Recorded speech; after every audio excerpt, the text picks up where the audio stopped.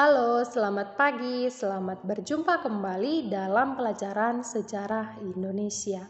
Bagaimana kabar kalian hari ini? Ibu berharap dimanapun kalian berada saat ini, kalian selalu dalam keadaan sehat dan tetap semangat mengikuti pembelajaran kita ini. Analisis terbentuknya NKRI. Adapun tujuan pembelajaran yang harus dicapai, yaitu siswa dapat menganalisis peristiwa pembentukan pemerintahan pertama Republik Indonesia pada awal kemerdekaan dan maknanya bagi kehidupan bangsa Indonesia masa kini. Mari kita masuk ke materi yang pertama, yaitu pengesahan Undang-Undang Dasar 1945 dan pemilihan Presiden dan Wakil Presiden. Tanggal 18 Agustus 1945, KPKI melakukan sidang yang menghasilkan persetujuan dan pengesahan Undang-Undang Dasar 1945. Setelah proklamasi, KPKI melakukan rapat pertama di Pejangon, yang sekarang itu disebut dengan Gedung Pancasila. Sekitar pukul 11.30, sidang pleno dibuka. Atas prakarsa Muhammad Hatta, berdasarkan pesan tokoh Kristen dari Indonesia bagian timur, sila pertama dasar negara yang tercantum adalah dalam pembukaan Undang-Undang Dasar 1945 yang berbunyi ketuhanan dengan kewajiban menjalankan syariat Islam bagi pemeluk-pemeluknya diubah menjadi ketuhanan yang Maha Esa. Pancasila secara resmi ditetapkan sebagai dasar negara oleh KPKI pada tanggal 18 Agustus 1945 serta mengalami perubahan kecil pada istilah dan strukturnya, sehingga sekarang Pancasila itu mengalami perubahan sehingga menjadi seperti ini. Pancasila: 1. Ketuhanan yang Maha Esa. 2. Kemanusiaan yang adil dan beradab. 3. Persatuan Indonesia. 4. Kerakyatan yang dipimpin oleh hikmah kebijaksanaan dalam permusyawaratan dan perwakilan. 5. Keadilan sosial bagi seluruh rakyat Indonesia. Di bawah pimpinan Soekarno, dilaksanakan acara pemandangan umum yang kemudian dilanjutkan dengan pembahasan bab demi bab dan pasal demi pasal. Sidang dilanjutkan dengan pemilihan presiden dan wakil presiden. Secara aklamasi, akhirnya terpilih Insinyur Soekarno sebagai Presiden RI dan Dr. Andes Muhammad Hatta sebagai Wakil Presiden RI. Soekarno kemudian menunjuk 9 orang anggota PPKI sebagai panitia kecil yang dipimpin oleh Otto Iskandar Dinata. Tim ini bertugas untuk merumuskan pembagian wilayah negara Indonesia.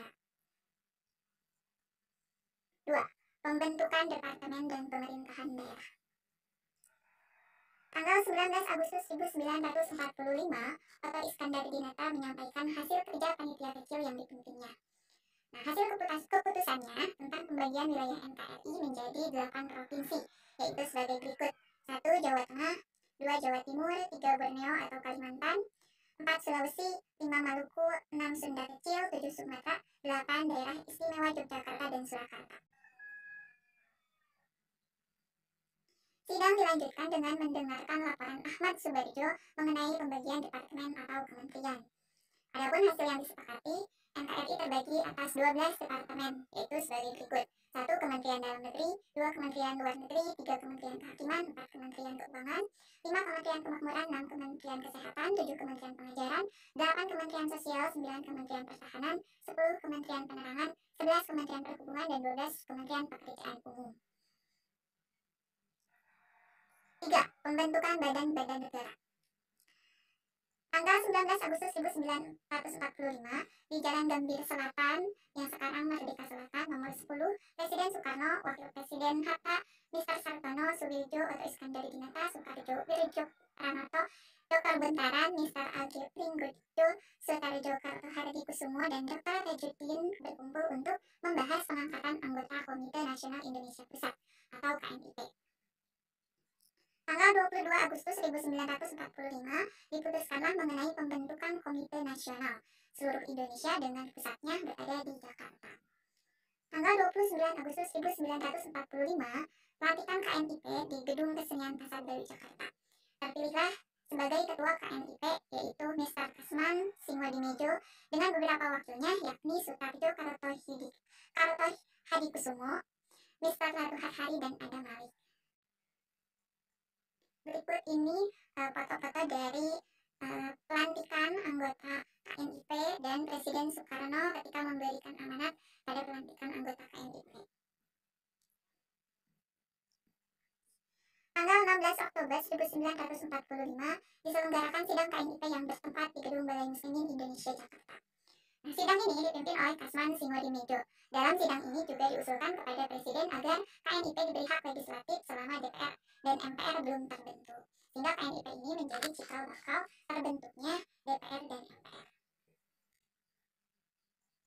Syahrir dan Amir Syarifuddin mengusulkan adanya BPKNIP, yaitu Badan Pekerja KNIP, untuk menghadapi suasana genting.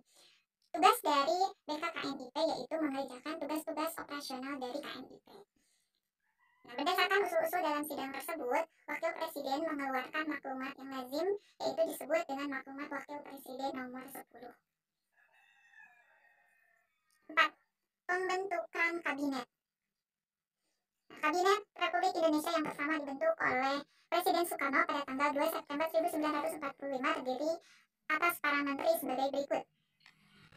Menteri Dalam Negeri yaitu R.A.A. Wiranata Kusuma, Menteri Luar Negeri Mr. Ahmad Subarjo, Menteri Keuangan Mr. Amaranis, Menteri Kehakiman Profesor Mr. Supomo, Menteri Kemakmuran Insinyur Surakman Cokroji Suryo, Menteri Keamanan Rakyat Supriyadi, Menteri Kesehatan Dr. Bentaran Marto Atmojo, Menteri Pengajaran Ki Hajar Dewantara, Menteri Penerangan Mr. Amir Syarifuddin, Menteri Sosial Mr. Iwa Kusuma Sumantri, Menteri Pekerjaan Umum Adi Kusno Cokrosidioso, Menteri Perhubungan Adi Kusno Cokrosidioso, Menteri Negara Wahid Hasyim, Dr. M. Amir, Mr. R.M. Sartono, R. Otto Iskandar Dinata. 5. Pembentukan berbagai partai politik. Sidang KPKI tanggal 22 Agustus 1945 memutuskan adanya pembentukan partai politik nasional.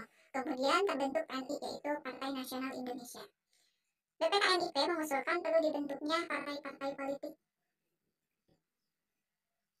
Tanggal 3 November 1945, Wakil Presiden mengeluarkan maklumat.